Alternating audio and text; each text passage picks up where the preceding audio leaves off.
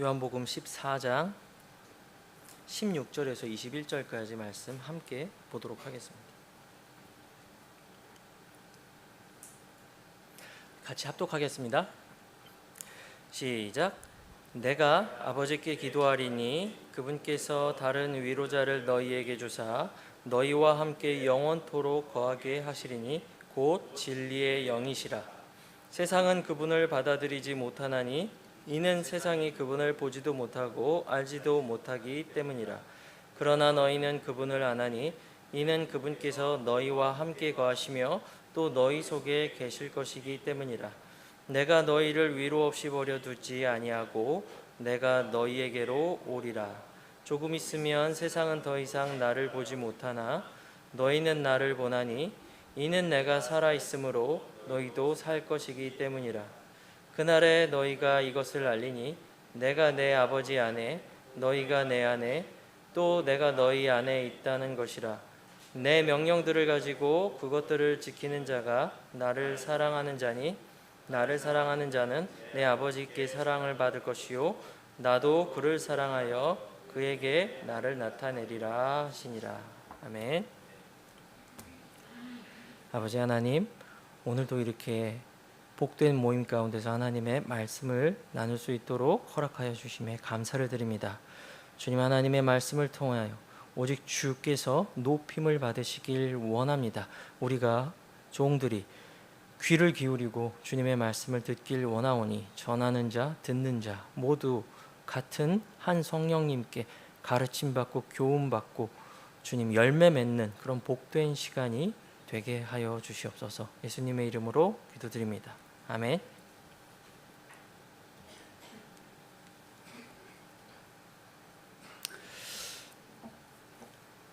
자, 오늘은 위로자 성령님에 대해서 함께 묵상해 보는 시간을 가졌으면 좋겠습니다.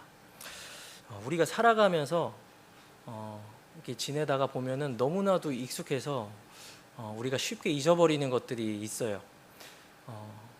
우리가 나가면은 접하는 이제 햇빛, 공기, 물, 또 내 주변에 사랑하는 가족들, 이런 것들은 항상 내 주변에 있기 때문에 그 소중함에 대해서는 이렇게 종종 이렇게 잊어버릴 때가 있는 것 같습니다. 하지만 아무리 사랑해도 내 가족, 내 부모님은 항상 우리 곁에 있을 수가 없습니다. 그렇죠? 하지만 오늘 우리가 읽은 본문에 의하면 믿는 자 안에 영원토록 기거하시는 성령님은 우리를 떠나지 않고 영원토록 우리 안에 거하고 계십니다. 자, 하지만 이렇게 날마다 우리 안에 거하고 계시는 성령님에 대해서 제가 아까 말씀드렸던 것처럼 이것은 너무나도 당연한 것이니까 잊어버릴 때가 종종 있습니다. 그런데 이것을 너무 오래 잊어버리면 안 되겠죠. 너무 오랫동안 이 사실에 대해서 망각하고 자각하지 못하는 성도가 범하는 가장 큰 죄가 무엇입니까? 그것은 바로 우리 안에 살아계시는 성령님을 근심하게 해드리고 슬프게 해드리는 것. 그렇기 때문에 우리 안에 계시는 성령님께서 항상 우리 안에 내주하신다는 사실을 기억하고 자각하고 살아가는 성도가 되어야 되겠죠. 오늘 본문은 그리스도께서 십자가에서 죽으시기 바로 직전의 상황을 배경으로 하고 있습니다. 제자들은 지금 알 수 없는 긴장감, 두려움에 휩싸여 있는 것을 보게 되죠. 이 본문을 읽다 보면은 이 제자들 위에 어두움이 드리워져 있는 것 같습니다. 바로 이런 상황에서 주님께서 제자들에게 제시하신 분이 바로 위로자 성령님이십니다. 주님께서 16절에 이렇게 말씀하시죠. 내가 내 아버지께 기도하리니 그분께서 다른 위로자를 너희에게 주사 너희와 함께 영원토록 거하게 하시겠다라고 말씀을 하고 있습니다. 자, 우리가 가지고 있는 연약함 중에 하나는 우리가 어떤 본질을 보기보다는 주변에 그저 표면적인 상황에 눈을 돌리는 경우가 굉장히 많습니다. 어떤 상황의 어떤 본질을 보기보다는 그냥 표면적인 그냥 수박 겉핥기식으로 그런 것만 본다는 얘기죠. 그것은 오늘 본문에 있는 제자들도 마찬가지입니다. 14장 5절을 보면 도마가 예수님께 이렇게 질문합니다. 주여, 주께서 어디로 가시는지 우리가 알지 못하는데 어찌 그 길을 알 수 있습니까? 라고 질문하죠. 예수님께서 6절에서 응답하십니다. 나는 길이고 진리요 생명이다. 나를 통해서만 아버지께로 갈 수 있다라고 하십니다. 22절에서는 가룟 사람이 아닌 유다가 이렇게 질문합니다. 주여, 어찌하여 주께서 자신을 우리에게는 나타내시고 세상에는 나타내지 아니하려 하십니까? 주님께서 이렇게 대답하시죠. 만일 사람이 나를 사랑하면 내 말들을 지키리니 이는 내 아버지께서 그를 사랑하실 것이요 우리가 그에게 가서 우리의 거처를 그와 함께 있게 하리라 하시고 바로 그 3절 뒤 26절에 그러나 위로자 곧 아버지께서 내 이름으로 보내실 성령님 곧 그분께서 너희에게 모든 것을 가르치시고 모든 것을 기억하게 하시리라 라고 이렇게 말씀을 하고 있습니다. 주님께서는 그저 겉모습과 주변 상황의 겉모습만 보고 있는 제자들의 시선을 진리와 위로자 성령님으로 그 시선을 전환시키고 있다는 것을 보게 되죠. 오늘 우리도 본문의 상황처럼 여전히 어두운 세상 속에 살면서 지금 이 제자들처럼 다른 곳에 우리의 눈을 두고 있을 때가 많이 있습니다. 자, 그런 우리에게 하나님께서는 오늘의 본문을 펼치시고 요한복음 14장 18절을 통해 이렇게 말씀하시죠. 내가 너희를 위로 없이 버려두지 아니하고 내가 너희에게 오리라. 지금 우리에게 필요한 것이 무엇입니까? 이 어둠의 세상 가운데 필요한 것이 무엇입니까? 우리는 세상 가운데 위로초로 삼을 만한 여러 가지 다양한 것들이 있지만 오늘 본문에서는 단 한 곳으로 제한시킵니다. 그것은 바로 참된 위로자가 되시는 성령님이십니다. 이제 예수님께서는 이 땅에 남아서 사역할 시간이 얼마 남지 않았습니다. 이제 자기 자신이 아니라 이제 앞으로 오실 성령님께 이 눈을 돌려 제자들에게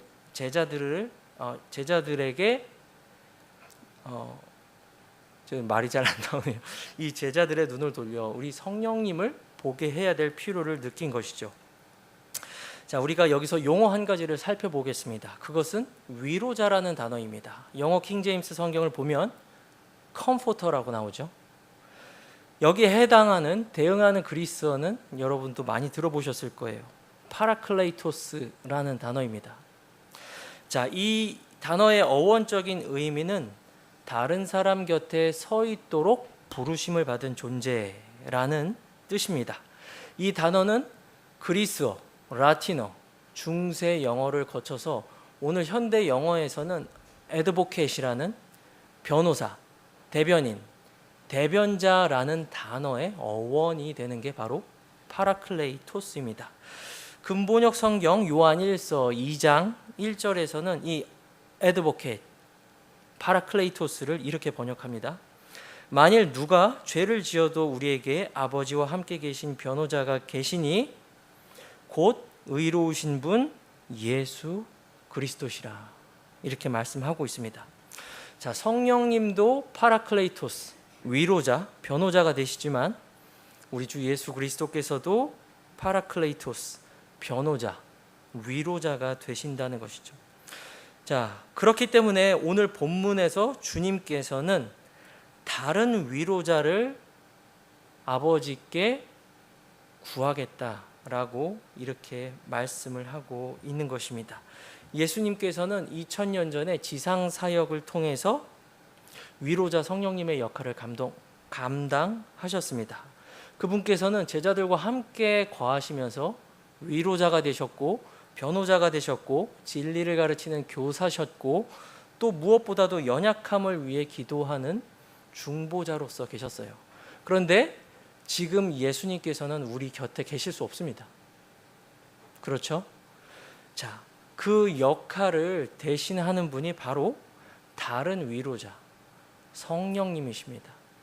자, 그분은 유대, 예루살렘, 사마리아, 가이사랴, 요단지경, 그 지경 안에서만 한정적으로 사역하셨던 예수님의 사역과는 다르게 나라, 인종, 시간 모든 것을 초월해서 믿음 안에 있는 구원받은 모든 신자들에게 마치 예수님께서 제자들 곁에서 그들을 강화시키시고 가르치시고 변호하셨던 것처럼 지금 성령님께서 바로 그런 역할을 믿는 신자 안에 내주하시면서 오늘도 계속하고 계신다는 뜻이죠.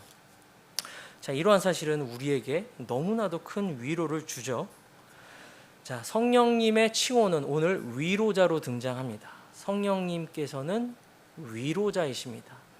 참된 위로자가 이 세상에 단 한 분 존재한다면 그것은 바로 성령 하나님일 것입니다. 그러나 우리가 성경 전체를 보게 된다면 이 위로의 사역은 비록 칭호가 위로자이시지만 성령님께만 주어진 것은 아닙니다. 고린도후서 1장 3절에서는 하나님께서 우리를 모든 환난 가운데서 위로하신다. 위로의 하나님이심을 말하고 있습니다. 성자 예수님은 오늘 본문 18절에서 내가 너희를 위로 없이 내버려 두지 않겠다라고 말씀하시죠. 그리고 성령 하나님께서는 그분이 가지신 칭호 자체가 바로 위로자가 되십니다. 그리고 주님께서는 여전히 이 위로자, 중보 사역을 아직도 멈추지 않고 계십니다. 하늘로 승천하신 뒤에 지금도 하늘 성소에서 영원하신 대제사장으로서 저와 여러분을 위해서 끊임없이 중보하고 계십니다. 다만 성령님께서 오신 이후에 이 땅에서의 위로자의 사역은 성령님께로 이양됐다는 것이 조금은 다르죠. 그래서 우리는 삼위일체 하나님을 통해서 하늘과 땅의 모든 중보자들을 가지고 있다라고 볼 수가 있습니다. 이것이 성경이 우리에게 보여주는 진리이고 이것을 항상 기억하는 것은 성도에게 매우 큰 위로와 소망이 된다는 것입니다. 저는 이전에 자살 예방 상담센터 광고 문구를 본 적이 있습니다. 거기 이렇게 적혀 있었습니다. 도움을 청하세요. 당신은 결코 혼자가 아닙니다. 1588 이렇게 적혀 있는 그런 광고 문구를 보았습니다. 그런데 오늘 본문이 우리에게 약속하고 있는 것이 바로 이러한 것이 아니겠습니까? 가장 이 진리가 적용되는 것이 바로 그리스도인들이라고 생각합니다. 저는 본론에 들어가서 그렇다면 성령님께서는 믿는 신자들을 어떤 방법과 수단으로 위로할 것인가에 대해서 나누고자 합니다. 자, 첫 번째, 성령님께서 믿는 신자들을 위로하시는 방법은 바로 가르침을 통해 위로하십니다. 자, 14장 26절 본문을 보면 그분께서 너희에게 모든 것을 가르치시고 내가 너희에게 말한 것은 무엇이든지 너희가 모든 것을 기억하게 하시리라고 말씀을 하고 있습니다. 자, 각 세대마다 교회사 각 세대마다 성령님에 대해서 가장 잘못된 가르침 중에 하나가 바로 성령님의 인격성을 부정하는 가르침입니다. 성령님은 눈에 보이지 않죠. 물질도 없고 부피도 없고 하여튼 어떠한 형태로도 재단하고 판단할 수 없는 게 성령님이십니다. 그래서 많은 사람들이 성령님을 그저 여러 가지 에너지 종류의 하나이다 이렇게 말하는 사람도 있고 어떠한 정신적인 영향력 아니면 우주의 에너지나 뭐 이런 정도로 성령님을 설명하려는 시도들이 항상 있어 왔습니다. 그러나 그것은 성경이 배격하는 이단 교리이죠. 성령님은 지정의를 가지고 있는 인격체이십니다. 성령님은 지성을 가지고 있기 때문에 누군가를 가르칠 수 있는 거겠죠. 만약에 성령님이 누군가를 가르치시려면 반드시 성령님은 지성을 가진 인격을 가진 그런 인격체여야 한다는 것입니다. 그런데 오늘 14장 26절에서 뭐라고 말씀하십니까? 성령님은 가르친다고 말씀하고 있죠. 이분은 에너지가 아닙니다. 어떤 일정한 영향력이 아닙니다. 자, 어떤 가르침들을 통해서 우리를 위로하십니까? 바로 우리가 구원받은 하나님의 자녀인 것을 친히 성령님께서 증언하시고 우리에게 가르쳐 주십니다. 구원받은 모든 성도들은 결코 그리스도 안에서 그 지위를 잃지 않고 구원이 변할 수 없다는 것을 성령님께서 우리에게 가르쳐 주십니다. 자, 그러한 복된 성도들은 곧 주님의 부활과 똑같은 모습으로 부활할 것이라는 것을 가르쳐 주시죠. 그리고 그리스도와 함께 왕국에서 통치할 것, 그리고 새하늘과 새 땅에서 주님과 함께 영생 복락을 누릴 것, 기타 등등 많은 가르침들을 통해서 성령님께서는 우리들을 위로하고 있다는 것입니다. 자, 성령님께서 이런 것들을 가르치실 때 우리는 무엇으로부터 배웁니까? 계룡산에 올라가서 30일 동안 금식하고 신비한 음성을 들어야지 성령님의 이런 가르치심들을 깨달을 수 있습니까? 자, 여기서 반드시 우리가 알아야 될 너무나도 중요한 것이 있습니다. 성령님께서는 자신의 위로 사역을 수행함에 있어서 첫 번째로 사용하시는 수단이 바로 하나님의 말씀입니다. 성령님께서 누군가를 가르치고 그것들을 기억나게 하시려면 반드시 그 수단은 영속적으로 보존 가능한 형태로 있어야 되겠죠. 그것이 무엇이죠? 바로 성경 기록입니다. 오류 없이 영감으로 기록되고 오늘까지 보존되어서 저와 여러분의 손에 들려 펼쳐 읽고 공부할 수 있는 이 성경 기록, 바로 이 성경 기록이 성령님께서 사역하시는 첫 번째 수단이라는 것입니다. 이것을 통해서 우리는 이 성경 말씀의 소중함을 알 수가 있습니다. 자, 사도행전을 보면은 성령님은 항상 자신의 사역을 함에 있어서 이 성경 기록을 동반하신다는 것을 보게 됩니다. 베드로의 설교를 통해 사도행전 2장에서 3,000명의 남자들이 회심했습니다. 그때 성령님께서는 요엘서의 말씀을 사용하셔서 이 사역을 이루셨습니다. 빌립이 사도행전 8장에서 에디오피아 내시에게 복음을 전했을 때 성령님께서는 이사야 본문을 사용하셔서 이 에디오피아 내시에게 구원을 주셨죠. 고넬료 가정에 복음을 선포할 때도 베드로를 통해서 하나님의 말씀을 선포하고 그것을 통해서 생명을 얻는 회개를 얻었습니다.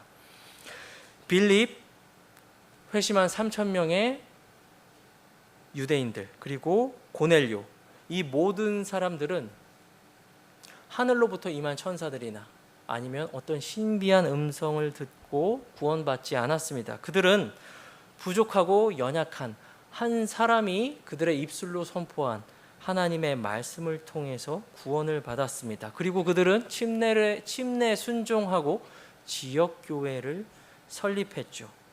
여러분이 사도행전을 펼쳐서 1장부터 마지막 28장까지 읽어보시면 성령님이 역사할 때 반드시 하나님의 말씀이 선포된다는 사실을 눈으로 직접 확인할 수 있습니다. 말씀과 성령님은 분리되지 않습니다. 자, 이것들이 분리되려는 시도를 하는 순간 모든 사람들은 광신주의로 빠지게 되죠. 이것은 제가 교회 역사를 직접 읽어보고 제가 여러분께 드리는 말씀입니다. 말씀과 성령을 분리하는 순간 많은 사람들이 직통 계시주의자가 되거나 신비주의자가 돼서 말씀으로부터 거리가 멀어지는 그런 신앙을 가지게 되죠. 자, 바울은 다마스커스 도상 위에서 왜 주님께로부터 직접 복음을 듣지 않고 아나니아로부터 들었습니까? 왜 고넬료는 베드로가 도착하기 전 자신에게 나타난 그 천사로부터 복음을 듣지 않았죠? 왜냐하면 주님께서는 지상명령을 자신의 몸인 지역교회에게 위임했기 때문입니다. 마태복음 28장 19절에서 이렇게 말씀하고 있습니다. 그러므로 너희는 가서 모든 민족들을 가르치고 라고 말씀하고 있습니다. 시편 138편 8편 2절은 이렇게 말씀하고 있습니다. 주님께서는 자신의 거룩한 모든 이름보다 그분의 말씀을 더 높이셨습니다. 자, 이것이 무엇을 뜻하느냐? 하나님께서는 질서의 하나님이십니다. 자신이 말씀하신 범위 밖을 함부로 넘어서 무질서하게 일하지 않으신다는 것입니다. 그리고 이 가르침의 사역의 주체가 되시고 이 가르침의 사역에 있어서 힘과 능력을 부여하시는 분이 누구시냐? 그것이 바로 위로자 성령님이시다라는 것입니다. 자, 위로의 수단과 방법 첫 번째, 바로 가르침을 통해서 성령님께서는 우리를 위로하십니다. 그리고 이 가르침은 반드시 성경 기록과 함께 일합니다. 자, 이것을 우리가 끊임없이 기억하고 우리가 말씀을 대하는 것은 매우 중요합니다. 지금 오늘 본문에 나타난 성령님의 위로 사역은 오늘도 변함없이 똑같은 수단과 방법으로 우리에게 일어나고 진행되고 있기 때문이죠. 자, 첫 번째, 그리고 두 번째, 성령님은 그분의 내주하심을 통해서 우리를 위로하십니다. 다들 잘 알 것입니다. 구약에서 성령님의 역사는 지금과는 조금 다릅니다. 사사들, 그리고 사울 왕, 그리고 여러 구약 성경의 인물들을 한번 떠올려 보시길 바랍니다. 그때 당시에 성령님은 어떤 특별한 사람에게 특별한 직무가 있을 때만 잠깐 임하셨다가 그 일이 맞춰지게 되면 다시 그 사람을 떠나셨습니다. 하지만 우리가 살고 있는 이 교회 시대 경륜에 너무나도 위대한 약속이 주어졌죠. 그것은 성령님께서 믿는 모든 신자 안에 내주하시고 영원토록 떠나지 않는다는 것입니다. 자, 14장 16절 한번 같이 읽어볼까요? 한번 읽어보겠습니다. 시작. 내가 아버지께 기도하리니 그분께서 다른 위로자를 너희에게 주사 너희와 함께 영원토록 거하게 하시리니. 자, 다른 위로자를 보내주시겠다고 약속하셨는데 그분은 우리 안에 영원토록 거하신다고 말씀하고 있습니다. 에베소서 4장 30절은 이렇게 말씀합니다. 하나님의 거룩한 영을 근심하게 하지 말라. 그분에 의해 너희가 구속의 날까지 인치심을 받았느니라. 이렇게 말씀하고 있습니다. 만일 성령님께서 어제는 계셨다, 오늘은 떠나시고, 그리고 언제 다시 오실지 모르는 그런 분이라면 그분이 어떻게 오늘날 우리에게 위로가 되실 수가 있겠습니까? 그분은 저와 여러분 안에 영원토록 기거하시며 구속의 날까지, 우리 몸이 영광스러운 부활의 몸으로 변할 때까지 우리를 떠나지 않는다는 것입니다. 그리고 세 번째, 성령님은 그리스도를 통해서 모든 신자들을 위로하십니다. 요한복음 15장 26절 하반절은 이렇게 말씀하고 있습니다. 진리의 영께서 오실 때 그분께서 나에 대해 증언하실 것이요 라고 말씀하고 있습니다. 성령님은 자신을 전면에 내세우지 않습니다. 오히려 자신을 철저히 숨기시고 오로지 그리스도와 그분의 말씀만 앞에 전면에 내세우시죠. 그 말씀들로 신자들을 가르치시고 그 말씀들을 기억나게 하시고 그 말씀들을 영화롭게 하십니다. 자, 이것이 바로 성령님께서 하시는 사역입니다. 우리가 기도 가운데, 말씀 선포 가운데, 아니면 우리가 서로 나누는 교제 가운데 왜 성령님이 많이 그렇게 등장하지 않죠? 그렇죠? 그것은 성령님께서 전면에서 자기 자신을 드러내지 않으시기 때문입니다. 그분이 영광 받으시는 것은 우리가 아버지와 아들을 높일 때, 그분들을 공경할 때 성령님께서는 영화롭게 되는 것이죠. 그래서 성령님의 모든 사역은 그리스도 중심적입니다. 우리를 위로하실 때도 마찬가지입니다. 성령님께서는 우리 안에 그냥 감정적인 기쁨을 그냥 약처럼 그냥 뿌려주시는 그런 분이 아닙니다. 그분의 위로 사역에는 반드시 그리스도가 동반됩니다. 그리스도의 십자가, 그리스도의 부활, 우리를 향한 그리스도의 영속적인 사랑, 그리고 우리를 대신하여 이기신 그리스도의 승리, 그리고 우리의 복된 소망인 그리스도의 다시 오심. 자, 이러한 모든 것들을 통하여 우리를 위로하신다는 것입니다. 자, 우리가 세상을 살면서 이런저런 모양으로 다양한 위로를 받죠. 하지만 그 위로가 어떤 것이든 간에 만약에 그 중심에 그리스도가 없다면 그것은 적어도 오늘 본문에서 말하는 성령님의 위로는 아닌 것입니다. 자, 이것이 바로 성령님의 위로가 세상의 위로와는 근본적으로 다른 이유이죠. 저는 첫 번째, 성령님이 위로하시는 수단과 방법들에 대해서 말씀드렸습니다. 그분은 가르침을 통해서 위로하십니다.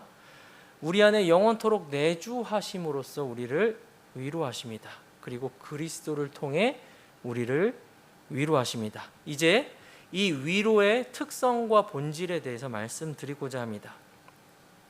성령님은 우리에게 이러한 위로를 주실 때 우리의 영적 상태, 쉽게 말하면 우리의 죄를 그냥 묵과하고 넘어가는 방식으로 우리를 위로하지 않으신다는 것입니다. 한번 생각해 볼까요? 입으로는 날마다 주님을 고백하지만 지속적으로 죄에 머물고 있는 한 사람을 생각해 보겠습니다. 성령님은 그러한 사람들에게 자신의 위로를 주지 않으신다는 것입니다. 만약 누군가 슬프고 낙담된 상태가 있다면 그런 상태를 그냥 무시해버리고 그냥 감정적 기쁨을 살포하는 식으로 위로를 주지 않는다는 것이죠. 누군가 그렇게 생각하는 사람이 있다면 그것은 기만이라고 볼 수가 있습니다. 갈라디아서 6장 7절에서 8절에 의하면 하나님께서는 조롱당하는 분이 아니시죠. 사람이 무엇을 심든지 그대로 거두게 돼 있습니다.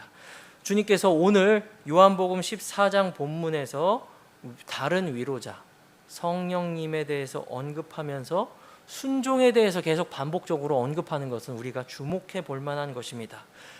요한복음 14장 15절은 말씀합니다. 만일 너희가 나를 사랑하면 내 명령들을 지키라.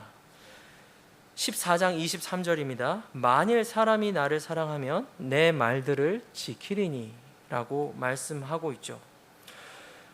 우리가 성령님의 위로를 받기 위해서는 반드시 내 영적 상태, 특히 죄의 문제를 해결해야 된다라는 것입니다. 그리고 성령님의 위로는 단순한 감정적인 위로나 정서적인 위로가 아니다라는 것입니다. 자, 한번 한 의사를 생각해 보겠습니다. 한 환자가 정말 질병으로 인해 고통을 겪고 있습니다. 그런데 이 의사는 치료는 하지 않고 매일 진통제만 주고 있습니다. 이 환자는 진통제를 먹을 때마다 고통을 느끼지 않으니까 매우 신나했습니다. 하지만 결국은 그 질병으로 인해 죽었습니다. 자, 이 의사는 어떤 의사입니까? 악한 의사죠. 우리는 이것을 위로라고 볼 수가 없습니다. 자, 이것은 세상이나 세상의 종교가 추구하는 위로지 오늘 본문이 말하는 성령님이 주는 참된 위로는 아니라는 것입니다. 그렇다면 성령님은 참된 위로를 주시기 전에 어떤 일들을 행하십니까? 자, 고통스럽습니다. 사실은 이 환자가 병을 치료받기 위해서는 마취를 하고 살을 쪼개고 벌려서 날카롭고 예리한 칼로 그 병의 근원이 되는 부분을 완전히 도려내야 되는 것입니다. 이 과정은 사실 너무나도 힘듭니다. 치료도 고통스러울 뿐만이 아니라 이것이 회복하는 데 있어서도 많은 시간을 들여야 됩니다. 하지만 이렇게 하지 않으면 이 환자는 결코 자신의 병으로부터 노임을 받을 수가 없습니다. 성령님께서 내주하는 신자 각각에게 위로를 주는 방식도 이와 같습니다. 성령님께서는 죄를 책망하시고 찔림을 주셔서 우리로 하여금 돌이키게 하십니다. 그리고 우리를 참된 거룩함으로 인도하시죠. 쓰러지고 넘어져도 다시 일어서서 돌이키는 고통스러운 과정의 반복을 통해서 성령님께서는 우리에게 참된 위로를 주신다는 것입니다. 여기에서 쉽게 빠른 길로 가는 다른 길은 없다라는 것을 아는 것은 매우 중요한 교훈입니다. 자, 이것이 바로 오늘 본문에서 말하는 위로자 성령님의 사역이고 이것이 유일한 참된 위로라고 볼 수가 있습니다. 그리고 성령님의 위로는 우리의 이해 자체를 초월합니다. 자, 주님을 부인했던 사도 베드로는 오순절 이후에 복음을 전하다가 사내들인 공회에 붙잡혀서 매를 맞죠. 그때 베드로는 뭐라고 말합니까? 우리가 사람들보다 하나님께 순종하는 것이 마땅하다라고 담대히 말합니다. 불과 얼마 전까지 자기 스승을 부인하고 저주했던 바로 이 베드로는 정말 담대하게 선포합니다. 자, 그리고 바울은 2차 전도 여행 때 빌립보라는 지역에서 매를 맞고 감옥에 수감되게 되죠. 그때 바울은 불평하지 않았습니다. 바울과 실라는 그렇게 심하게 매를 맞고 옥에 수감됐지만 어떻게 했습니까? 그곳에서 찬양을 드렸죠. 그는 이전에 박해자였고 핍박자였습니다. 자, 이들의 변화가 놀랍지 않으십니까? 자, 이들의 변화가 극단적인 것처럼 성령님께서 주시는 위로도 우리의 이해를 초월한다는 것입니다. 매 맞고 감옥에서 하나님을 찬양했던 바울은 빌립보서 4장에서 이렇게 기록합니다. 아무것도 염려하지 말고 오직 모든 일에 기도와 간구로 너희 구할 것을 감사함으로 하나님께 아뢰라. 그리하면 모든 지각을 뛰어넘는 하나님의 평강이 그리스도 예수님을 통해 너희의 마음과 생각을 지키시리라. 이렇게 말씀을 하고 있습니다. 자, 말씀의 결론인데요. 위로자 성령님에 대해 말씀하신 주님의 약속이 성취되었다는 증거들은 우리 성경과 교회 역사를 보면은 우리가 여러 가지 찾아볼 수 있습니다. 자, 오늘 요한복음 14장 본문에 나온 제자들은 어떤 사람들이었습니까? 성경에 정통한 서기관과 바리새인들이었습니까? 아니었죠. 그들은 가난하고 배우지 못한 그 사회에서 하류층에 속한 사람들로 이루어진 것이 바로 오늘 본문의 제자들이었습니다. 그런 연약하고 부족한 그들 앞에 수없이 많은 장벽들이 놓여 있습니다. 유대교와 이교의 장벽들, 이단과 철학의 속임수, 제국의 통치와 박해, 공중에 있는 영적 사악함들의 방해, 늘 그들 사방 주변을 우겨쌈을 당하고 있는 많은 어려움, 거짓 형제의 위협, 모든 죽음의 위협들이 그들을 둘러싸고 있었습니다. 자, 그 모든 상황에도 불구하고 성령님께서는 그들에게 진리의 빛을 주시고 사랑과 능력과 건전한 생각의 영으로 가득 채워주시고 자신의 사명을 감당케 하셨습니다. 그들을 통해 복음을 선포하게 하셔서 지중해 전역, 유럽 전역에 복음이 선포되고 지역교회가 설립되었습니다. 자, 이러한 성령님의 사역은 침례 성도들 또 수없이 많은 믿음의 선진들을 통해서 시대마다 단절됨 없이 오늘까지 계승되어져 왔습니다. 자, 우리가 서울제일침례교회라는 이름으로 오늘 이렇게 모였는데 이것이 가능한 이유는 무엇이죠? 주님께서 마태복음 16장 18절에서 내가 내 교회를 세우리니 지옥의 문들이 그것을 이기지 못하리라 말씀하셨죠. 성령님께서는 믿고 내주하시는 모든 성도들 안에 이 말씀을 조명하시고 가르치시고 기억나게 하심으로써 그분의 사역이 계속 계승되어져 왔다는 것입니다. 자, 여러분은 어떻습니까? 위로자 성령님, 변호자, 중보자, 말씀을 가르치심으로써 우리에게 진리를 보여주시는 분, 또 우리를 거룩함으로 인도해 주시는 분, 자, 이분의 사역이 여러분의 삶을 통해 드러나고 있습니까? 제가 방금 전에 말씀드렸던 성경적이고 역사적으로 계승된 이 신앙이 우리에게도 그대로 계승되어지고 있습니까? 열매 맺고 있습니까? 지금 우리는 무엇으로 충만한 상태입니까? 우리 눈은 어디를 향하고 있고 무엇을 보고 있습니까? 오늘 주님께서 우리를 통해 이루시기로 작정한 일들이 우리 지역교회 또 각자 개별된 지체들을 통해서 이루어지고 있습니까? 우리에게 순종이 필요합니다. 주님께서 말씀하십니다. 나를 사랑하는 자는 내 말을 지키리니 라고 말씀하고 계시죠. 지금 우리에게 필요한 것은 그리스도께서 우리에게 주신 자유를 육신의 기회로 삼지 않고 성령님을 따라 걷고 우리의 육신을 그분께 양도해 드리는 것입니다. 성화의 과정에서 우리는 성령님의 열매를 맺습니다. 그렇죠? 그리고 장차 그리스도의 심판석 앞에서 우리는 주님 앞에 보상을 받게 될 것입니다. 이 두 가지의 공통점이 무엇입니까? 그 공통점은 모두 우리의 순종을 담보로 주어진다는 것입니다. 우리가 성령님의 열매를 맺는 것, 그리스도의 심판석 앞에서 보상을 얻는 것, 모두가 신자의 순종을 담보로 이루어진다는 것입니다. 우리는 믿음을 통해 은혜로 구원을 받습니다. 여기에 우리의 행위가 개입될 게 없죠. 하지만 우리가 보상을 받고 열매를 맺는 데 있어서는 우리의 적극적인 순종이 필요하다는 것입니다. 자, 세상은 여전히 어둡고 시험은 계속될 것이고 어떠한 고난이 우리 앞에 기다리고 있을지 모릅니다. 주님께서 죽으시기 전날 밤과 같이 칠흑과 같은 밤, 그 어두운 세상 가운데서 우리는 지금도 살아가고 있습니다.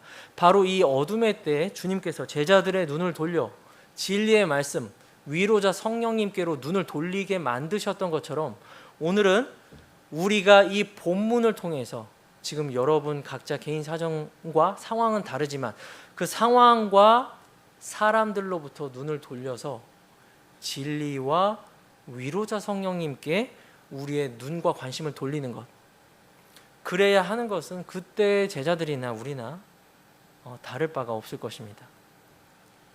자, 이런 성령님의 위로의 사역을 일하여서 드러내고 열매 맺는 우리 사랑하는 모든 지체들 되었으면 좋겠습니다. 기도하겠습니다. 위로자이신 성령님, 오늘도 이 말씀을 통해서 우리에게 참된 위로를 주시고 순종하는 마음을 주셔서 오늘 주님께서 이 말씀을 우리에게 주셔서 이루고자 하시는 모든 일들, 그 일들이 이곳에 있는 지체들에게 열매 맺고 이루어질 수 있도록 주님께서 복을 허락하여 주시옵소서. 감사드리며 예수님의 이름으로 기도드립니다.